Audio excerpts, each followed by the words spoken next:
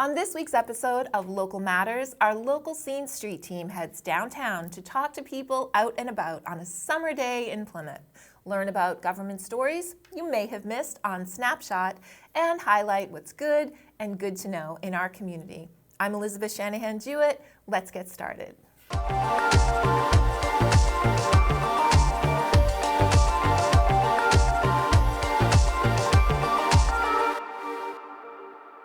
The Glamour of Hollywood will be in Plymouth on September 16th and 17th when the Spire Center presents a night of celebrity illusionists. Join the internationally known Edwards twins as they use the magic of advanced makeup and prosthetics to transform themselves into over a dozen celebrities, including Cher, Billy Joel, Celine Dion, Bette Midler, and more. This nonstop parade of performing stars will have you amazed, entertained, and dancing in your seat. The curtains go up at 8 p.m. For tickets, visit spirecenter.org. Whether you're 23 or 73, self-defense is a vital skill. Self-defense training teaches you how to be aware of your surroundings and prepare yourself for dangerous situations. Knowing how to protect yourself also increases confidence and makes you look more confident, which can dissuade potential predators. On September 23rd at 10 a.m., the Pembroke COA invites you to a self-defense training with Deputy Chief LaPierre and Officer Ramsey of the Pembroke Police Department. Covering personal and residential security tips for seniors, along with an interactive presentation, the officers will teach you a variety of kicks, punches, blocks, and verbal commands. You can attend the program for knowledge without physically participating, but those who are participating are encouraged to wear sneakers and comfortable clothing. To RSVP, call the COA at 781-294-8220. Backed by popular demand, the Kingston Public Library Foundation is excited to bring back Library on Sunday, September 18th from 1 to 5 p.m. Head down to the Kingston Public Library parking lot for food, music, raffles, and of course, some of the tastiest beer in the region. Tickets will include unlimited pours and a fun souvenir glass. Proceeds will benefit the Kingston Public Library's mission to build the community by inspiring ideas and enriching lives. Tickets are available until September 10th. To purchase, visit givebutter.com/library. As a composer, music director, and conductor, Stephen Kurdianis has lived 1,000 lives before and after joining the Plymouth Philharmonic. On September 7th, you'll be able to meet the maestro himself at the Plymouth Public Library from 7 to 8 p.m.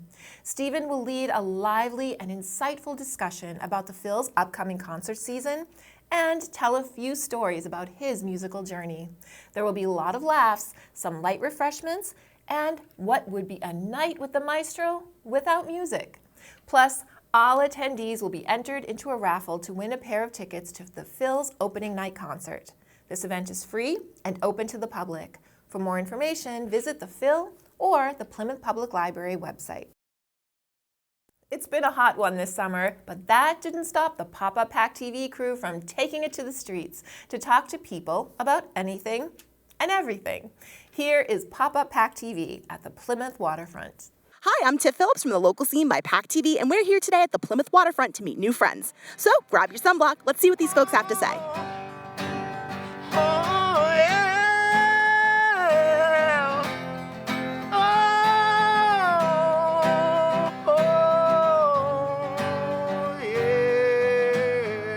Our friend Justin here is teaching us about busking. Can you talk to me a little bit about it?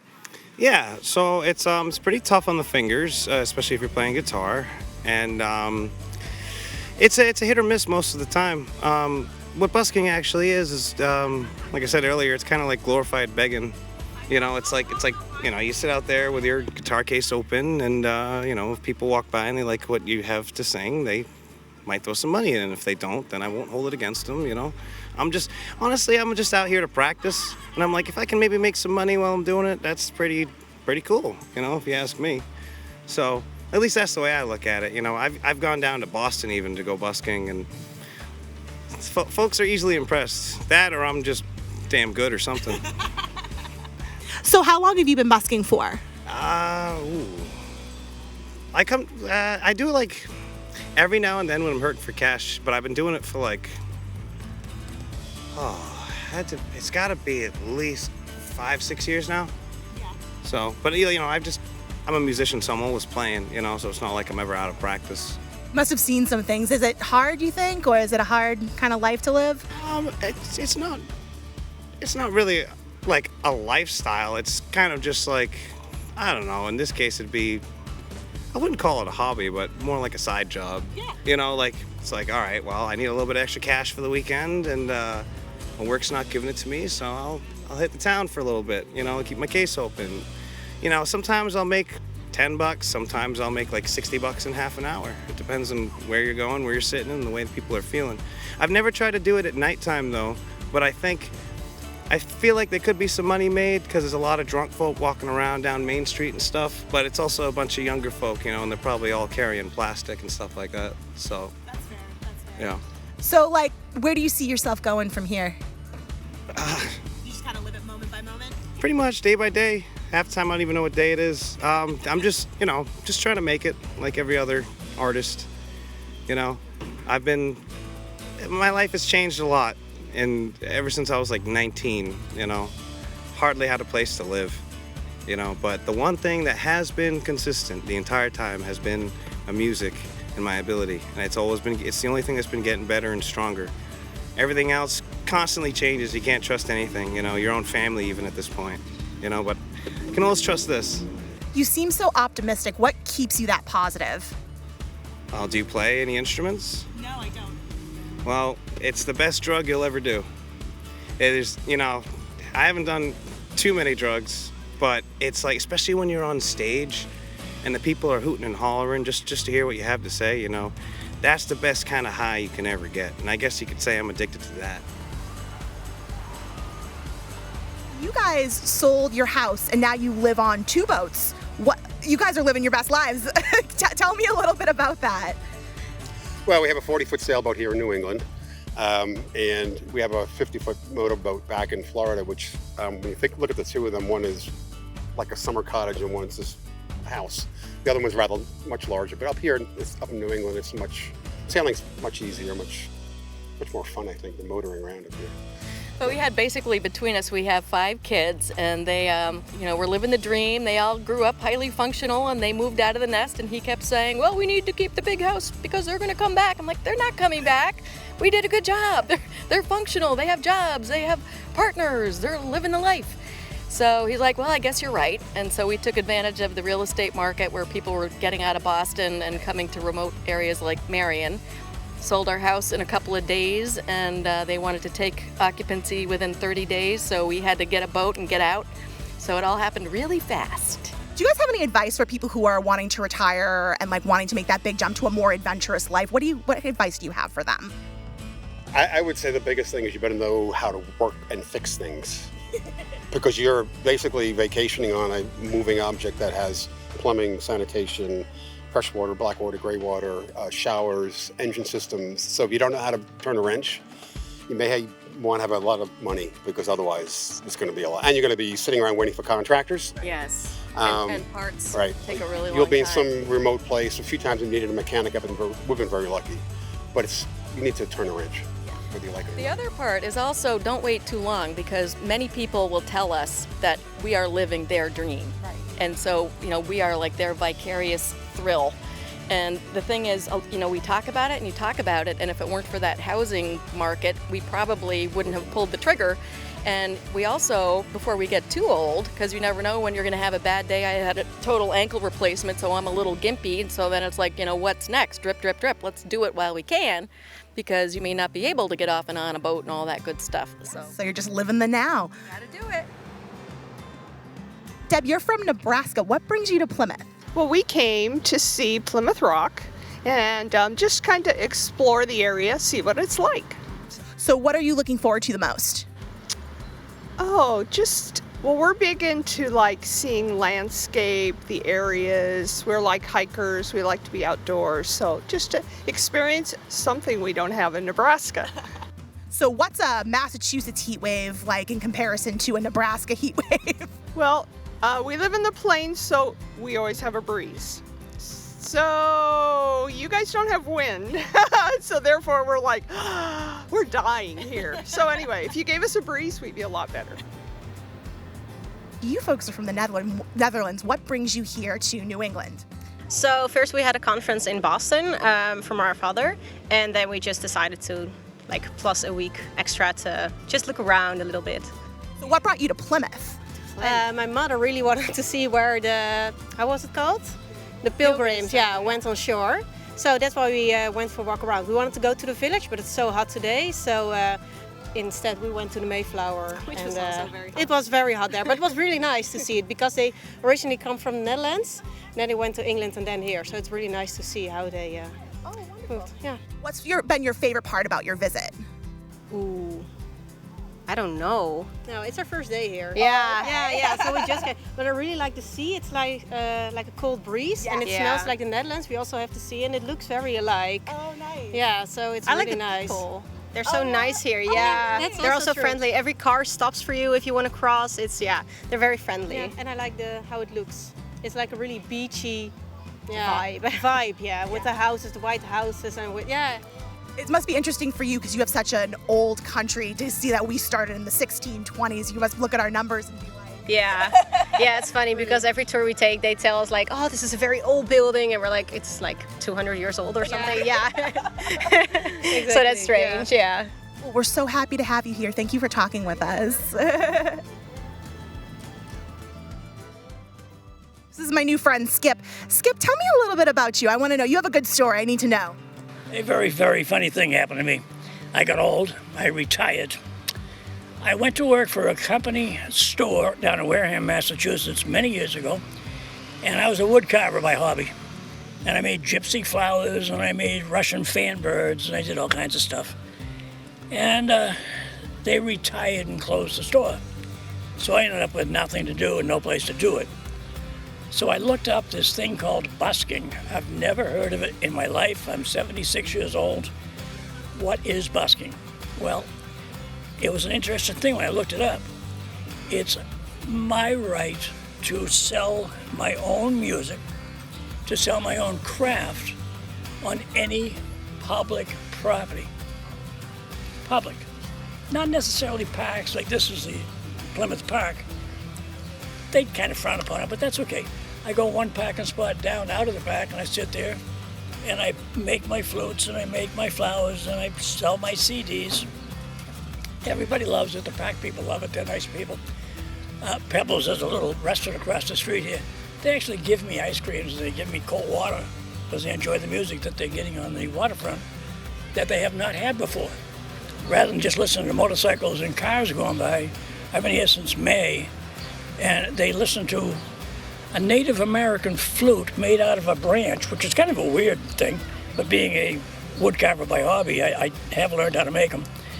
They make a phenomenal sound, and I don't know a thing about music. I'm not a musician. But by making these, I've learned how to find the scale. It's in there. So you're self-taught? That's amazing. Yeah. Well, I had nothing else to do. I'm old. It's not. That's a true story. You look younger than me. Well, I'll tell you what, I don't feel it. The only thing younger than you is my hat. But anyway, so I've enjoyed this town of Plymouth very, very much from May to right about now. I do 4, sometimes 5 days a week. I was down here for the 4th of July. That was the wildest thing I've ever seen. The police department ushered me down to my spot with the street closed. I was the only one there for the 4th of July. And the police brought me in, and the police took me out. You're a star. Can you be? I have puppies that love me. The police don't seem to hate me. And I have a lot of fun doing this. It probably doesn't show, but I really love what I do. I would like to take a minute. I don't want this to be a long interview, but I'd like to take a minute and just play it for you. Yeah, I'm going to leave it to it.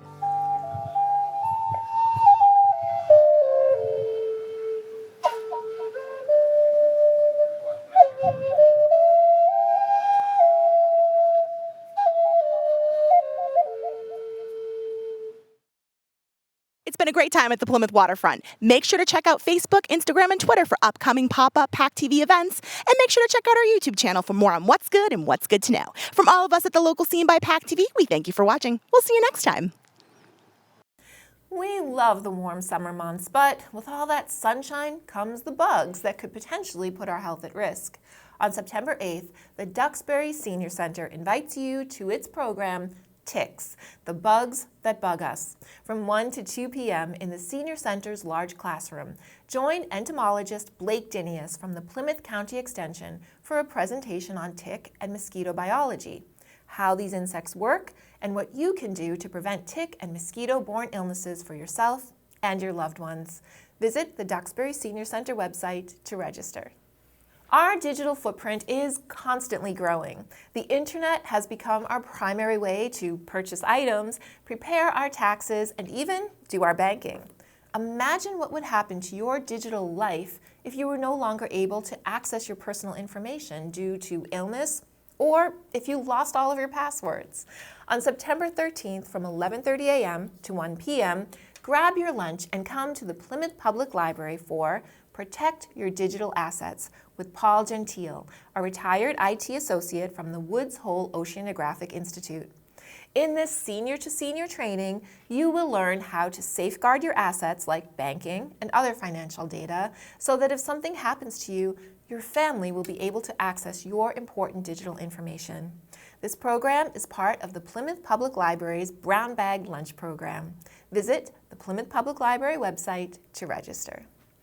Here's Keith Hughes with an all-new Snapshot. Welcome to Snapshot, where we take a local look at the government stories that you may have missed.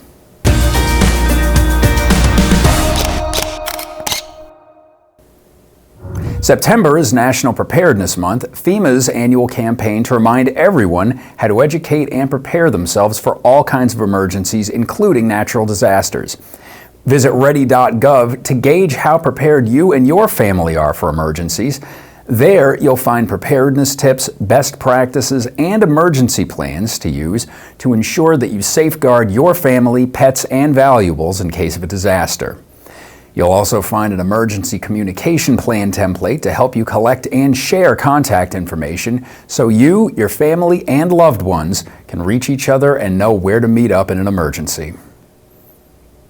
With the passage of the FY23 state budget last month, local legislators were able to secure funding for our local communities and organizations. Some of the highlights for Kingston include over $4.5 million in Chapter 70 funds for the school district, over $8 million for the Silver Lake district, and over $1 million in unrestricted general aid for the town of Kingston. The Kingston Fire Department also received a $25,000 grant for a generator, and the community center received $35,500 for ADA upgrades. The Pembroke School District will be receiving $13.8 million in Chapter 70 funds, and the town will see $1.9 million in unrestricted general aid.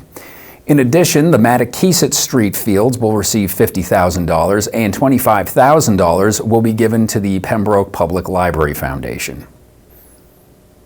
During the August 16th meeting of the Plymouth Select Board, Bill Abbott, chair of the Charter Commission, gave an update on the new charter draft ahead of the September 16th deadline to have a preliminary draft submitted to the Massachusetts Attorney General for approval. The Commission's been consulting with the Collins Center for Public Management, who are assisting with the drafting of the revised charter. Versions of the draft can be viewed on the Charter Commission's page on the town's website. Public hearings on the proposed charter will be held beginning in October, and the Commission's final report will be submitted to the Select Board by November 16th. You can find details on the Commission's work and progress on the town's website, plymouthma.gov, and view the meeting online at pactv.org. On July 16th, Lieutenant Governor Polito, as acting governor, signed legislation to extend key pandemic-era accommodations through March 31st of 2023. These accommodations include remote government meeting authorizations, meaning that cities and towns continue to have the option to hold public meetings remotely or in a hybrid format. In addition, select boards, in consultation with town moderators, are allowed to lower quorum requirements for open town meetings to not less than 10% of the existing quorum level. This provision includes a 7-day notification requirement before the Select Board votes. Representative Town Meeting will also have the option to meet remotely if approved by the Select Board, Town Moderator, as well as Town Meeting when it meets. Visit local town websites for more information on upcoming town meetings. Residents who receive SNAP benefits can use their EBT card to buy food online from Amazon, BJ's, Stop & Shop, and other retailers. Benefits can be used only for SNAP-eligible food items. You can find out more about approved retailers, the SNAP program, and eligibility requirements through the Department of Transitional Assistance at mass.gov. Thanks for watching this edition of Snapshot. I'm Keith Hughes, and we'll see you next time.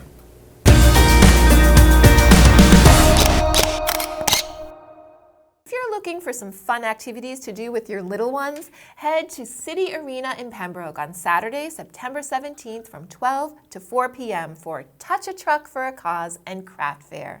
There will be lots of vendors, food trucks, raffles, and of course, all the trucks that your kids can touch, sit, and play in. All proceeds after expenses go to St. Jude's Hospital. For all inquiries, email treasuresofourhearts2@gmail.com. There's a lot to learn on Microsoft Word, and the Kingston Public Library is here to help. On September 6th, join KPL for an intermediate computer class that will teach you the basic ins and outs of Microsoft Word. Through this 1-hour class, you will learn how to create and open documents, format text, use toolbars, save your work, and print documents. This class will take place from 2 to 3 p.m. in the library's reference area. To register, call Stephen Miller at 781-585-0517, extension 6272, or email Stephen at smiller@kingstonma.gov. Does it get any more New England than clam chowder? We're lucky to live in an area that has plenty of food choices to choose from. But did you know how clamming got started in this region? On September 16th, join the Duxbury Senior Center and Duxbury historian Tony Kelso for a look inside the early days of clamming, how it started, and how it became an industrial pursuit. After the program, you will be able to sample delicious chowders from local restaurants. This event takes place in the Ellison Room from 10:30 a.m. to 12:30 p.m. To register, visit the Duxbury Senior Center website. And that wraps this episode of Local Matters. To see more content from the local scene about what's good and good to know in our community, follow us on YouTube and social media at The Local Scene by PACTV. From all of us at PACTV, have a safe and happy week. Thank you for watching.